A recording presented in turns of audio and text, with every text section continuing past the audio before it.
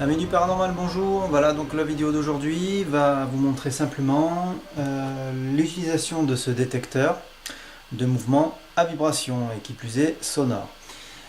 Alors, ce détecteur est pratique dans la mesure où quand on est dans d'autres pièces, d'autres endroits à investir, et il est intéressant de le poser dans un endroit en particulier qui pourrait éventuellement détecter justement une présence qui pourrait exercer sur n'importe quel objet, comme on sait que la plupart des entités ont la faculté de pouvoir toucher ou faire ressentir ou faire réagir.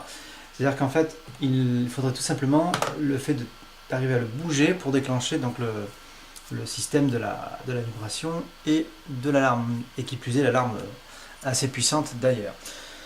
Donc ça fonctionne comme ça. Le témoin de veille qui va, normalement je sais pas si vous allez le voir, s'afficher, voilà, un peu j'ai fait exprès de mettre un petit fantôme là où il faut. Alors attention parce que c'est vrai que c'est assez puissant.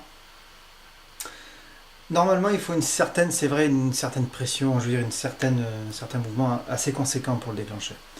Donc maintenant on va essayer de faire le test. Voilà, je coupe parce que alors là, ça a été, ça casse bien les oreilles. Voilà, donc j'ai à peine mis, plus ou moins à peine touché quand même, hein, je n'ai pas vraiment forcé. Peut-être qu'en le déplaçant, en ayant la faculté de le faire, pour eux, ça le déclencherait, ça marcherait sans problème. Voilà, donc ça s'avère être assez efficace, enfin utile. Ça pourrait être utile dans n'importe quelle pièce, dans n'importe quel endroit que nous ne contrôlons pas. Là actuellement j'en ai qu'un. C'est vrai que ça peut être intéressant d'en avoir plusieurs, mais un seul déjà peut-être suffisant, parce que imaginons que vous en ayez 3 ou 4 et que ça sonne en même temps.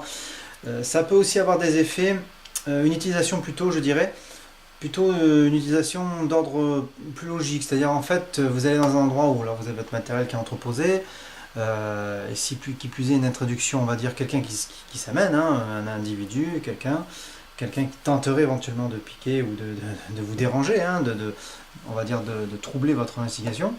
Ça peut être intéressant, puisqu'à ce moment-là, il va se dire tiens, qu'est-ce que c'est que cet objet, il va le toucher et ça va sonner. Là, vous pouvez vous précipiter et puis rejoindre la pièce dans laquelle vous l'avez laissé, et là, au moins, vous serez fixé. C'est vrai que ça peut avoir deux utilisations. C'est un peu comme le détecteur à mouvement à distance que j'ai, qui est aussi sonore, avec une télécommande. Voilà, ça c'est bien aussi, puisque là, ça capte en fait le déplacement. Tout simplement. Bah, tant qu'on y est, je vais vous le montrer. Le matériel étant juste à côté. Donc, le détecteur en question et la télécommande qui va avec. Voilà. Voilà donc petite explication rapide pour ce détecteur que j'ai pas utilisé récemment, mais je pense qu'on va l'inclure dans la prochaine enquête. Voilà, donc maintenant j'en profite pour vous montrer vite fait. Alors, des thermomètres que j'utilise, que nous utilisons avec IRP, Audrey, IRP moi-même. 3 types de détecteurs, dont un qui est équipé, ce que j'appelle moi la thermocam. Alors la thermocam c'est pratique, enfin c'est de mon invention, je tiens à préciser. Alors ce qui est intéressant c'est que vous avez forcément la caméra qui est en route, vous avez là plusieurs modes, mode photo et mode vidéo.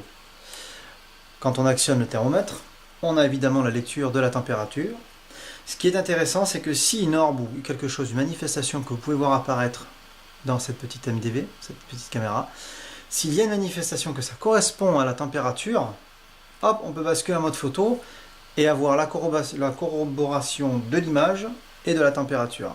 Voilà pourquoi j'ai décidé de faire une combinaison des deux. Je l'ai baptisée la thermocam. Évidemment, elle est équipée de LED infrarouge pour la vision nocturne. Voilà, donc je tenais à relancer son utilisation. Voilà, très pratique, puisqu'en plus de ça, on a tout en main, c'est assez pratique. Et puis voilà, petite invention. On coupe. Voilà, donc je tenais simplement, juste pour précision, au niveau des thermomètres plus ou moins précis, ceux-là ont une très bonne lecture, celui-ci est quand même un peu plus rapide, celui-là dépanne très bien aussi. À peu de choses près, allez on fait un petit comparatif, alors on va voir un peu, on les allume tous, voilà, donc on a, je ne sais pas si vous arrivez à voir, une différence de température pour certains.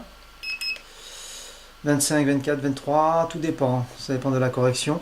Bon là je viens de capter l'ordinateur, forcément il y a de la température. Par contre les deux se valent, hein, entre celui-ci et celui-ci.